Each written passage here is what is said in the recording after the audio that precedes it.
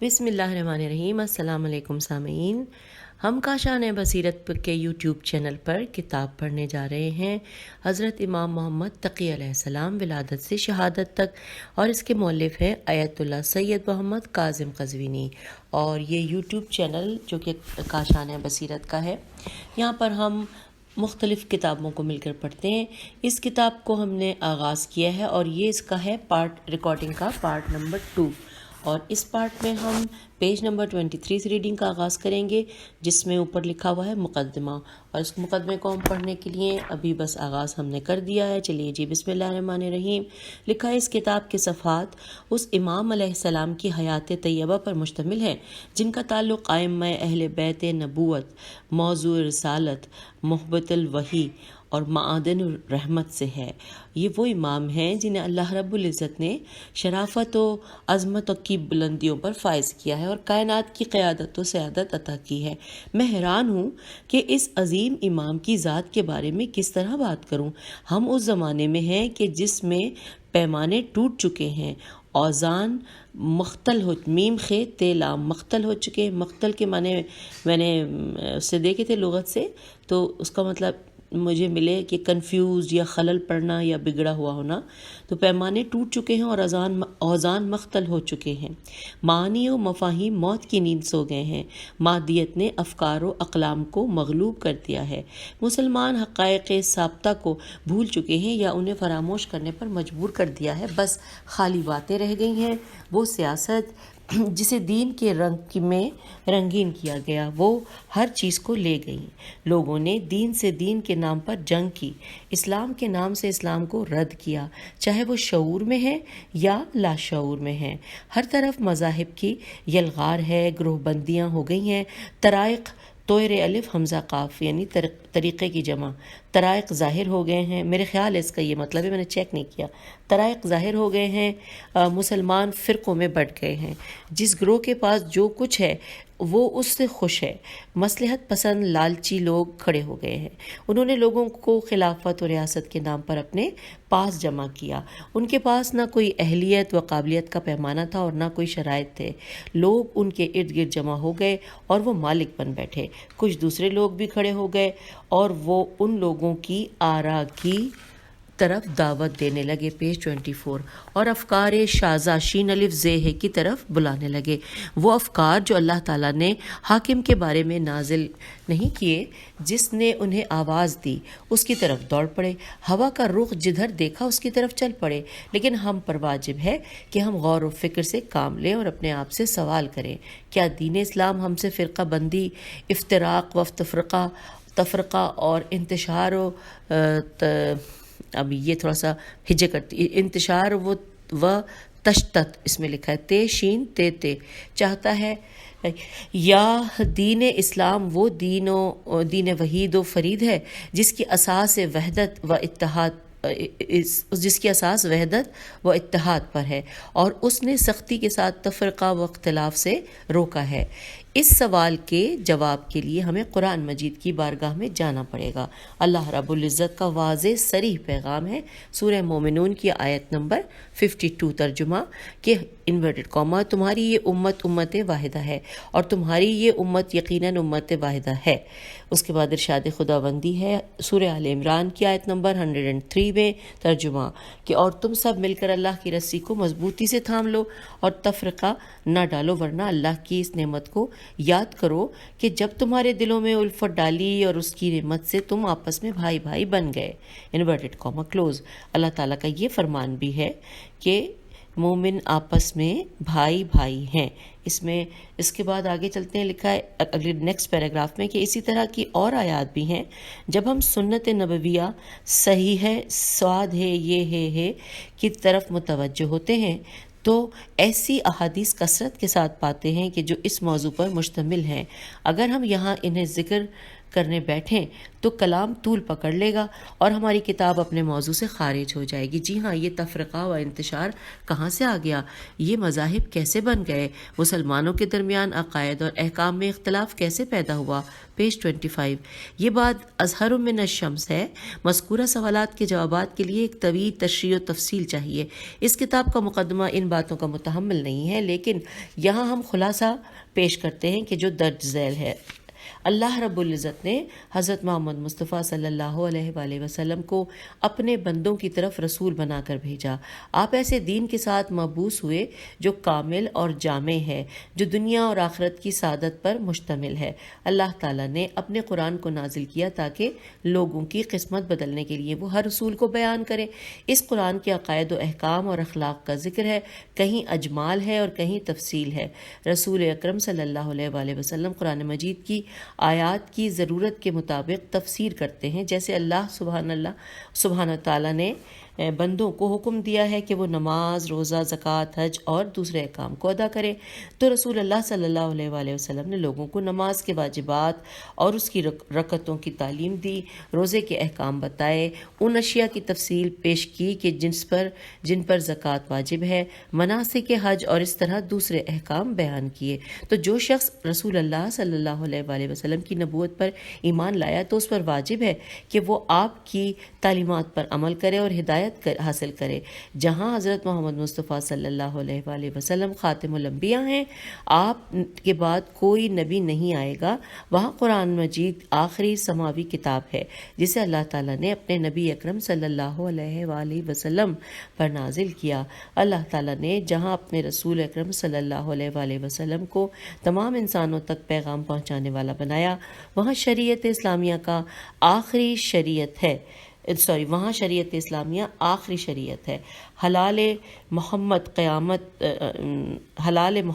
صلی اللہ علیہ وآلہ وسلم قیامت تک حلال رہے گا اور حرام محمد قیامت تک حرام رہے گا۔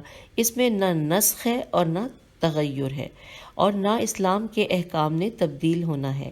ان تمام حیثیات کے ذکر کرنے کے بعد یہ بات ثابت ہو جاتی ہے کہ دین اسلام حیات بشریہ کے تمام پہلوؤں کو اپنے احاطے میں لیے ہوئے ہیں۔ ہم پیج 26 پہ آ گئے ہیں۔ اس لیے اس دین کی موجودگی میں کسی اور دین کی ضرورت نہیں ہے۔ یہ نہ دوسرے قوانین کی ضرورت ہے اور نہ کسی اور شریعت کی احتیاج ہے۔ رسول اللہ صلی اللہ علیہ وآلہ وسلم کے عہد میں مسلمان تکوینی دور میں تھے۔ اس دور میں عقائد و احکام میں ان کی فکر ابھی ابتدائی مراحل میں تھی، وہ ابھی فلسفہ احکام تک رسائی نہیں رکھتے تھے۔ اس لیے ضروری تھا کہ دین اسلام کی قیادت ان افراد کے ہاتھوں میں ہو جن میں قیادت کی اہلیت ہو اور وہ دین میں تحریف نہ ہونے دیں، اور وہ ان علمی تحریک کے امین اور نگہبان ہوں۔ اس حقیقت سے انکار نہیں کیا جا سکتا کہ رسول اللہ صلی اللہ علیہ وآلہ وسلم کی رحلت کے بعد اس قیادت کی ضرورت تھی کہ جو احمد مرسل صلی اللہ علیہ وآلہ وسلم کی طرح امت کو سنبھال سکے اور ملحد لوگوں کے سوالات کے جوابات دے سکے اور لوگوں کے شبہات دور کر کے انہیں یقین کی منزل پر لے آئے، علمی مشاکل اور فقہی مسائل کا حل پیش کر سکے۔ مسلمانوں کے احکام و مسائل بہت زیادہ ہیں جن کی تفصیلات معلوم نہیں ہیں۔ ضروری تھا کہ اللہ تعالیٰ انہیں وہ مصادر عطا کرے کہ جو امین ہوں تاکہ نقائص و عیوب کا قلقمہ ہو اور دین اسلام ہر قسم کے خطرات سے محفوظ ہو، مامون ہو۔ اور اس کے بعد نیکسٹ پیراگراف ہے کہ ہر مدرسے کے لیے مدیر کی ضرورت ہوتی ہے، ہر حکومت کے لیے رئیس و امیر کی ضرورت ہوتی ہے، بھیڑ بکریوں کے ریوڑ کے لیے چرواہے کی ضرورت ہوتی ہے، ایک خاندان اور کنبے کے لیے سربراہ کی ضرورت پڑتی ہے اور جو اس کے مسائل اور امور کو حل کرے اور تمام ضروریات مہیا کرے۔ اسلامی معاشرے کے لیے ایک ایسے قائد کی ضرورت ہے کہ جو تجربات کی بھٹیوں سے گزر کر کندن بن چکا ہو اور رشد و ہدایت کا پیکر ہو، تمام امور کا عالم ہو، اس میں وافر مقدار میں اہلیت و قابلیت ہو تاکہ وہ اسلامی معاشرے کی قیادت کرے اور معاشرہ اس کی قیادت میں زندگی کا سفر طے کرے اور دینی اور دنیاوی کامیابی حاصل کرے۔ کیا یہ ممکن ہے کہ کوئی امت بغیر امین و رئیس کے حیات مطمئنہ برسر کر سکتی ہے؟ اس سوال کا جواب واضح ہے کہ ایسا ممکن نہیں۔ بغیر کسی مخلص امیر اور امانت دار رئیس کے امت زندگی کا سفر طے نہیں کر سکتی۔ پیج 27 ہمارا یہ ایمان ہے کہ نبی خاتم المصطفیٰ صلی اللہ علیہ وآلہ وسلم علم و معرفت، حکمت و بصیرت کے لحاظ سے پوری کائنات کے تمام انسانوں سے عالم ہیں، اعلیٰ ہیں۔ کیا یہ عقل مندی ہوگی کہ ایسے نبی صلی اللہ علیہ وآلہ وسلم کو ترک کر دیا جائے کہ جو حکیم، عارف اور عالم ہو؟ ایسے نبی صلی اللہ علیہ وآلہ وسلم کی امت بغیر قائد اور بغیر امام کے رہ سکتی ہے؟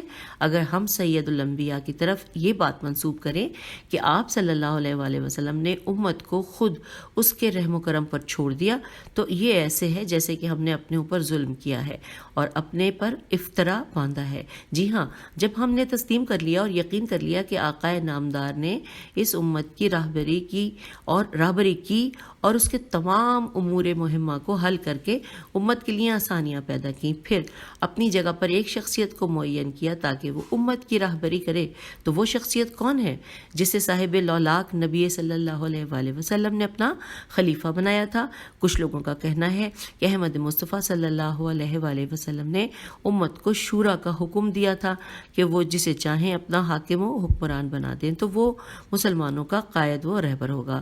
سبحان اللہ، یہ قول صحت سے کتنا دور و بعید ہے۔ نبی اکرم صلی اللہ علیہ وآلہ وسلم ایسا کیسے کر سکتے تھے کہ جب کہ آپ کا فرمان ہے انورٹڈ کاما کہ میرے بعد میری امت 73 فرقوں میں تقسیم ہو جائے گی، ایک فرقہ جنت میں، باقی سب جہنم میں جائیں گے۔ اچھا، اس حوالے سے تھوڑا سا حاشیے میں پڑھنے کو کہا ہے، لکھا ہے کہ یہ نص اہل اسلام کے تمام مکاتب فکر میں معمولی سے لفظی فرق کے ساتھ مذکور ہے۔ مندرجہ ذیل کتابوں میں اس نص کا مطالعہ کیجیے۔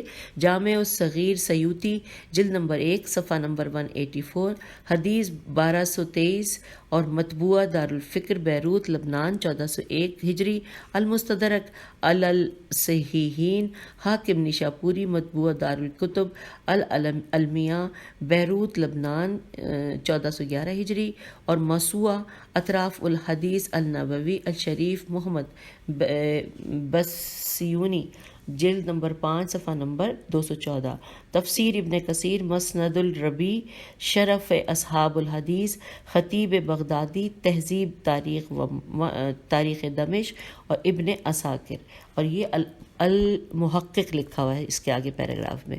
تو ہم نے کیا پڑھا تھا کہ جو نبی اکرم صلی اللہ علیہ وآلہ وسلم نے کہا تھا کہ میرے بعد میری امت 73 فرقوں میں تقسیم ہو جائے گی، ایک فرقہ جنت اور باقی سب جہنم میں جائیں گے۔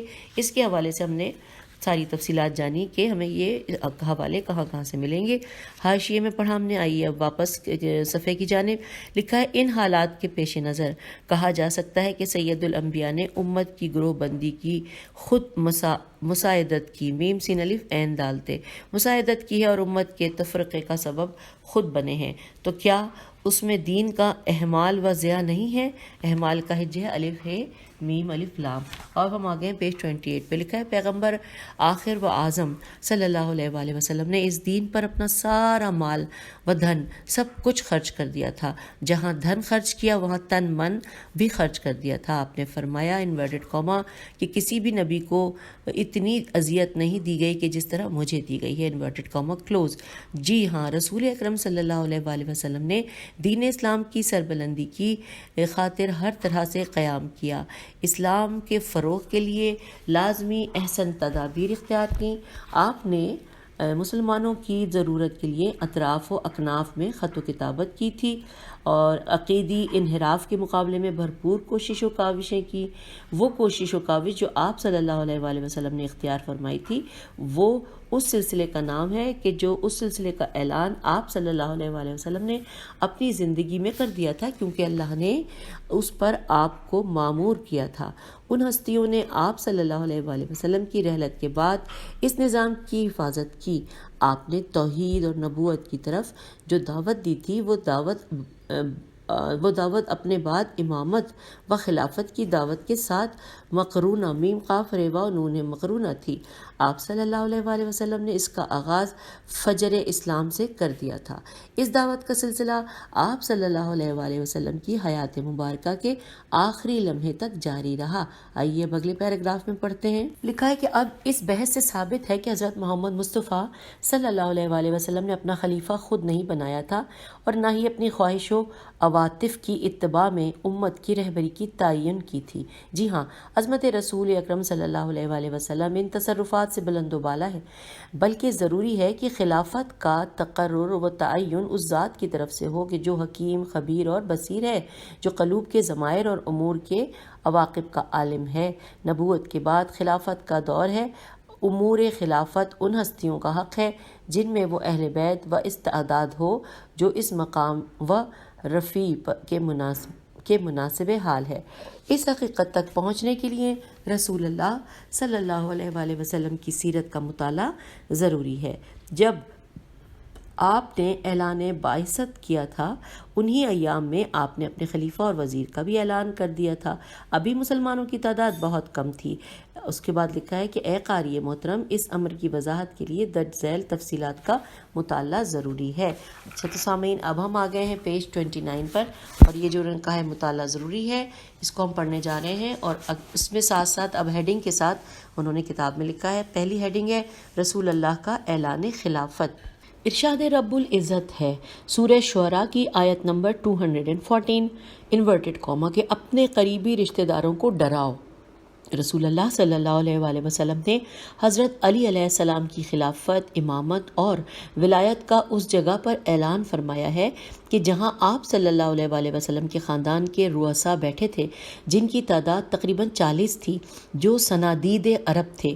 یہ تاریخ اسلام کا مشہور ترین قصہ ہے کہ جو تفسیر کی کتابوں میں موجود ہے۔ اس آیت کے ماحول میں محدثین نے اپنی احادیث کی کتابوں میں بہت کچھ بیان کیا ہے۔ شیعہ اور سنی تالیفات میں تمام تفصیلات مذکور ہیں۔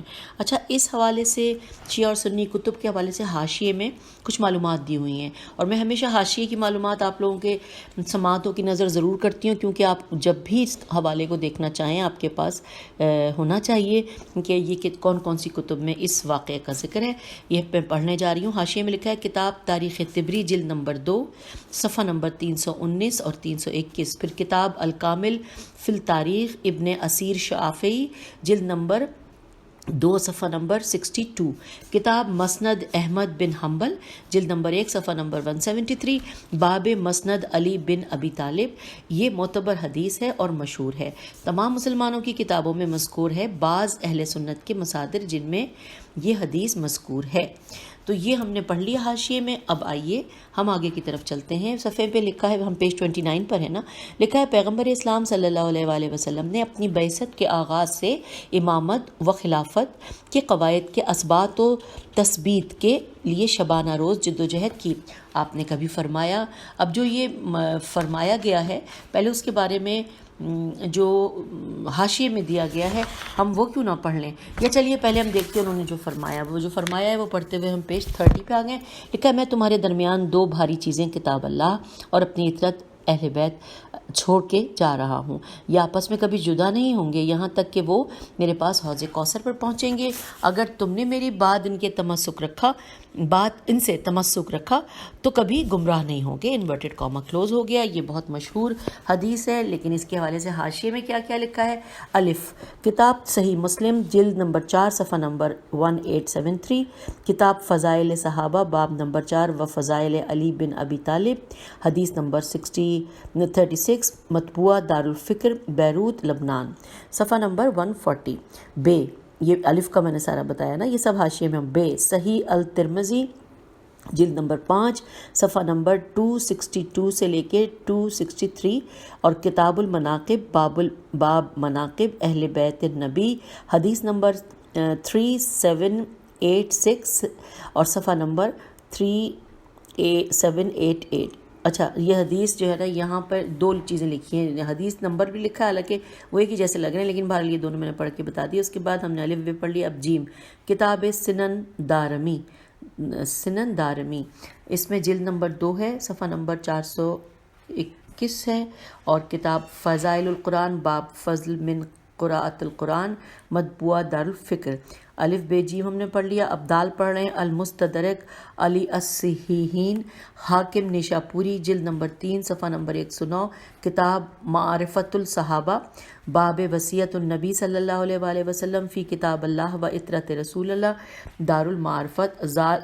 جیم دال پڑھیے، زال ہے طبقات الکبریٰ ابن سعد جلد نمبر 2 صفحہ نمبر 180، زال کے بعد را کے بارے میں کتاب سنن الکبریٰ البہیقی جلد نمبر 10 صفحہ نمبر 114، کتاب آداب القاضی دارالمعارفت۔ اور پھر اگلا ہے سوائق محرقہ صفحہ نمبر 226، اس کے بعد سین ہے منہاج السنت، یہ سب کتابوں کے نام، منہاج السنت ابن تیمیہ جلد نمبر 4 صفحہ نمبر 104، شین ہے سیرت حلبیہ حلبی شافعی جلد نمبر 3 صفحہ نمبر 274، پھر سواد ہے المعجم الکبیر طبرانی جلد نمبر 3 صفحہ نمبر 65 سے لے کے 67، اس کے بعد زواد ہے ذخائر العقبہ طبری صفحہ نمبر 14، پھر توئے ہے خصائص نسائی صفحہ نمبر 20 المحقق۔ یہ ہم نے حاشیے میں یہ جو حدیث تھی اس کے بارے میں تفصیلات جان لی کہ ہمیں اور کہاں کہاں سے ملے گی، ماشاءاللہ اتنی ساری کتب میں یہ موجود ہے۔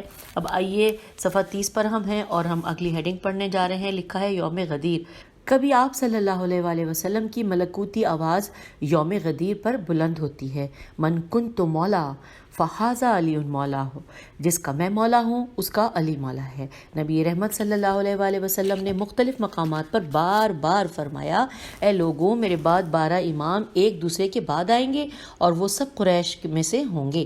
اس کے علاوہ امامت، ائمہ خلافت و خلفاء پر بہت زیادہ نصوص اور تصریحات موجود ہیں۔ اگر ہم یہاں ان کا ذکر کرتے ہیں تو بات طولانی ہو جائے گی، یہ سب حدیث کی مفصل کتابوں میں موجود ہے۔ میں ان تمام بحث کے بعد، یہ اگلا پیراگراف ہے، میں اس تمام بحث کے بعد مزید کچھ اور تحریر نہیں کرنا چاہتا۔ رسول اسلام صلی اللہ علیہ وآلہ وسلم نے اپنی نیابت خلافت کی توضیح و تشریح میں کما حقہ جد و جہد کی ہے۔ جب آپ کی رحلت ہوئی کچھ ایسا انقلاب آیا کہ امور بدل گئے، حالات متغیر ہو کر رہ گئے۔ امام علی بن ابی طالب علیہ السلام کو مسند خلافت پر نہ بیٹھنے دیا گیا، لوگوں نے امور سلطنت اپنے ہاتھ میں لے لیے تھے۔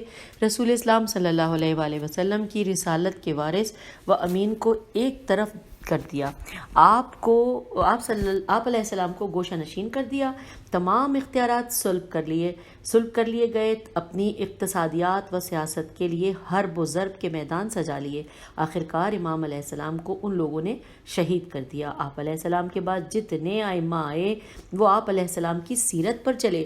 اب پیج آ گیا 31۔ میں یہ نہیں کہنا چاہتا کہ تمام کاوشیں اپنی جگہ اصل بات میں دوبارہ پڑھتی ہوں، میں یہ نہیں کہنا چاہتا تمام کاوشیں اپنی جگہ، اصل بات یہ ہے کہ پھر پڑھتے ہیں، میں یہ نہیں کہنا چاہتا کہ تمام کاوشیں اپنی جگہ پر ہیں، لیکن اصل بات یہ ہے کہ نبی اکرم صلی اللہ علیہ وآلہ وسلم نے امت مسلمہ کو بغیر قیادت و داعی کے نہیں چھوڑا، بلکہ آپ صلی اللہ علیہ وآلہ وسلم نے 12 خلفاء کو معین و مقرر کیا تھا۔ جب ان میں سے کوئی غائب ہوگا تو ان کی جگہ دوسرا ستارے کی طرح طلوع کرے گا، وہ رسول اللہ صلی اللہ علیہ وآلہ وسلم کی مثل ہوگا، وہ امت مسلمہ کی شرعی قیادت سنبھالے گا۔ جی ہاں، یہ وہی کتاب ہے جس میں ائمہ اہل بیت رسول صلی اللہ علیہ وآلہ وسلم کے ایک امام کی شخصیت کو بیان کیا گیا ہے۔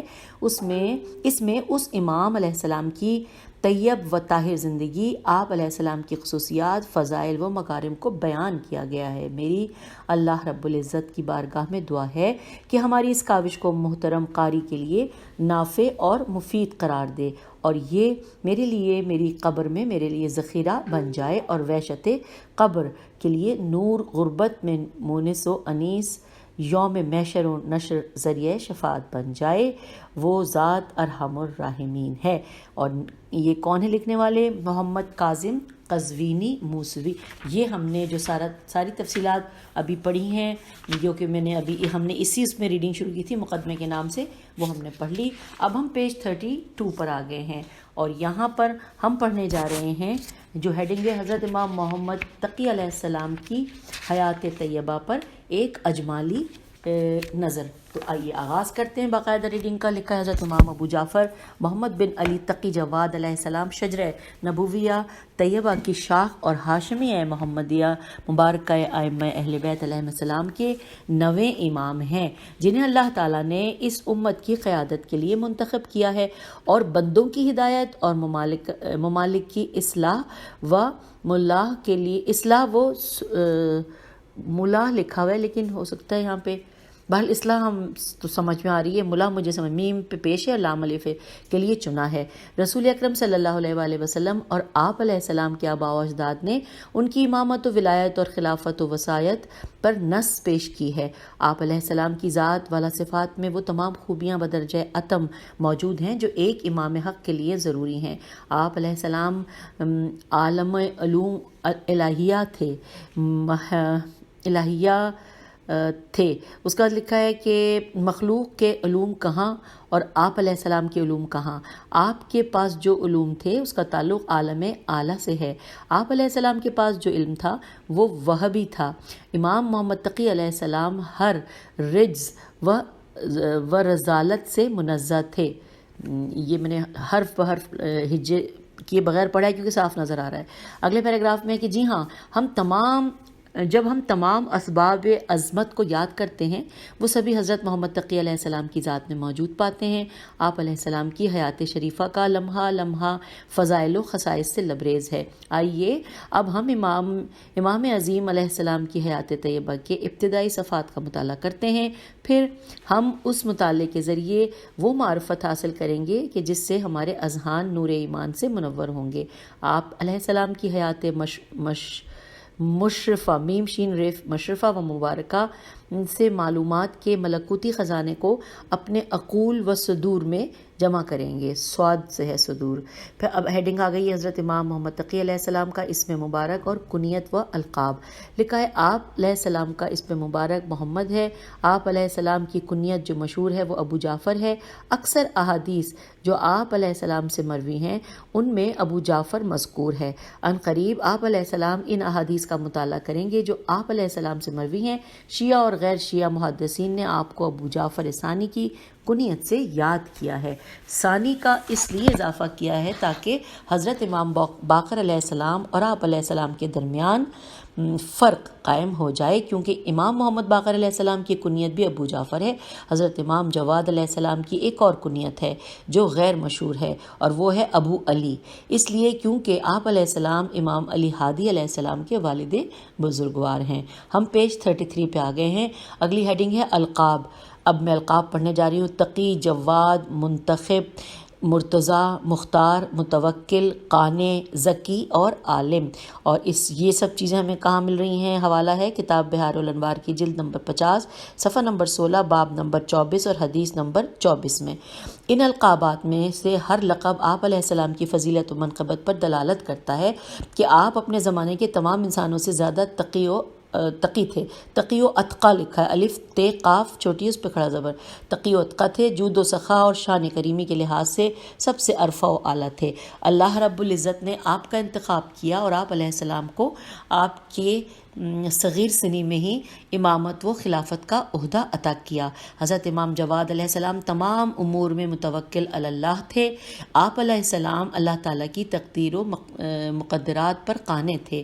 ذات توحید نے آپ علیہ السلام کو ہر رجز و رذالت سے مزکی کیا تھا۔ اللہ تعالیٰ نے آپ علیہ السلام کو اولین و آخرین کے علوم کا وارث قرار دیا تھا۔ پھر ہیڈنگ ہے امام محمد تقی علیہ السلام کے والد بزرگوار۔ لکھا ہے حضرت امام محمد تقی علیہ السلام کے والد بزرگوار حضرت امام ابو الحسن علی بن موسیٰ رضا علیہ السلام ہیں۔ آپ ائمہ اہل بیت علیہ السلام میں سے 8ویں امام ہیں۔ ہم یہاں ان کے بارے میں اختصار سے کام لیں گے کیونکہ ان کی شخصیت پر بات کرنے کے لیے ایک کتاب چاہیے، بلکہ موسوعہ جس میں آپ علیہ السلام کی زندگی کے ہر پہلو پر گفتگو ہو۔ اگلی ہیڈنگ آ گئی ہے امام علیہ السلام کی والدہ ماجدہ۔ آئیے پڑھتے ہیں۔ لکھا ہے امام محمد تقی علیہ السلام کی والدہ ماجدہ کا اسم گرامی السیدہ خیزران یا درہ یا سبیکہ یا ریحانہ یا سکینہ ہے۔ یہ اتنے سارے نام ہیں اور اب ہم ان ناموں کو پڑھتے ہوئے آ گئے ہیں پیج نمبر 34 پر۔ ہاں جی، اب لکھا ہے ان مذکورہ متعدد اسماء کی ایک علت ہے، اس زمانے کے مصالح کا تقاضا یہی تھا کہ مختلف اسماء کے ساتھ تعارف ہو۔ شاید درہ اس لیے کہا گیا ہو کہ ان کا چہرہ نور امامت سے دمکتا تھا، کیونکہ امام محمد تقی علیہ السلام اس وقت ان کے صدف عصمت میں تھے۔ سبیکہ اس لیے کہا جاتا ہوگا کہ ان کا چہرہ انور خالص سونے کی طرح چمکتا تھا۔ حضرت امام علی رضا علیہ السلام نے ان کا نام خضران رکھا تھا اور ان کی کنیت ام الحسن تھی، اور اس کا حوالہ ہمیں ملے گا، کتاب ہے المناقب ابن شہراشوب، جلد نمبر 4 صفحہ نمبر 379 میں۔ آئیے اگلی پیراگراف کی طرف لکھا ہے، اس معظمہ کا تعلق افریقہ کے مغربی ممالک یا مصر سے تھا، یا پھر ان کا تعلق شرقی افریقہ کے ممالک سے تھا۔ ایک روایت ہے کہ ان کا اس خاندان سے تعلق تھا جس خاندان سے حضرت ماریہ قبطیہ تھیں، جو رسول اللہ صلی اللہ علیہ وآلہ وسلم کی کنیز اور حضرت ابراہیم بن رسول اللہ صلی اللہ علیہ وآلہ وسلم کی والدہ تھیں۔ اور اس حوالے سے ہمیں جو یہاں پہ کتاب کا حوالہ مزید دیا گیا ہے وہ ہے الکافی، جلد نمبر 1 صفحہ نمبر 492۔ آئیے آگے پڑھتے ہیں۔ لکھا ہے، حضرت امام علی رضا علیہ السلام نے جناب خضران کو مکہ معظمہ سے خریدا تھا۔ تھوڑی مدت کے بعد آپ حضرت امام محمد تقی علیہ السلام کی والدہ ٹھہریں۔ اللہ تعالیٰ نے اس معظمہ جلیلہ اور سعدیہ بی بی کو بے پناہ صلاحیتیں عطا کی تھیں کہ آپ حجت اللہ امام محمد تقی علیہ السلام کی ماں بنی۔ جس وقت امام علی رضا علیہ السلام نے اپنے اصحاب کو امام جواد علیہ السلام کی ولادت کی خبر دی تو آپ نے فرمایا انورٹڈ کاما، اللہ رب العزت نے مجھے حضرت موسیٰ علیہ السلام بن عمران کے لیے دریا میں راستے بنے تھے، دوبارہ پڑھتی ہوں کہ اللہ رب العزت نے مجھے حضرت موسیٰ علیہ السلام بن عمران کے لیے دریا میں راستے بنے تھے کی صورت والا فرزند عطا کیا ہے، اور ان کی شکل و صورت وہی ہے جو حضرت عیسیٰ بن مریم کی شکل و صورت تھی۔ ان کی پاکیزہ ماں نے انہیں جنا تھا اور طاہرہ مطہرہ پیدا ہوئی تھیں۔ یہ انورٹڈ کاما کلوز ہو گیا ہے۔ اس کے بارے میں تفصیلات کچھ تھوڑی سی حاشیے میں لکھی ہیں کہ شاید تشبیہ دینے کی وجہ سے یہ ہو کہ حضرت موسیٰ تمام انبیاء سے ایک شان امتیازی رکھتے ہیں کہ آپ کے ہاتھ پر کثرت کے ساتھ معجزات صادر ہوئے تھے۔ اسی طرح حضرت امام محمد تقی علیہ السلام باقی تمام ائمہ سے شان امتیازی رکھتے ہیں کیونکہ آپ کے معجزات بھی کثرت کے ساتھ ہیں۔ حضرت موسیٰ علیہ السلام کے معجزے کو لاکھوں لوگوں نے دیکھا، آپ کے ساتھی بھی دیکھ رہے تھے اور فرعون اور اس کے ساتھی بھی دیکھ رہے تھے۔ یہ حضرت موسیٰ علیہ السلام کا منفرد معجزہ تھا۔ اور کتاب حوالہ کیا ہے؟ بہار الانوار، جلد نمبر 50 صفحہ نمبر 15۔ اور اب آ گئے ہم پیج نمبر 35 پر پڑھتے ہوئے۔ لکھا ہے، حضرت امام علی رضا علیہ السلام نے اپنے فرزند حضرت امام محمد تقی علیہ السلام کو حضرت موسیٰ علیہ السلام سے اس لیے تشبیہ دی تھی کہ وہ خالق ابہار تھے، الف بے ہے الف رے۔ اللہ تعالیٰ نے ان کے بارے میں فرمایا انورٹڈ کاما میں کہ اور پھر ہم نے موسیٰ کی طرف وحی کی اپنا عصا سمندر پر مارے، چنانچہ دریا پھٹ گیا اور اس کا ہر حصہ عظیم پہاڑ کی طرح ہو گیا۔ انورٹڈ کاما یہاں پر کلوز ہو گیا۔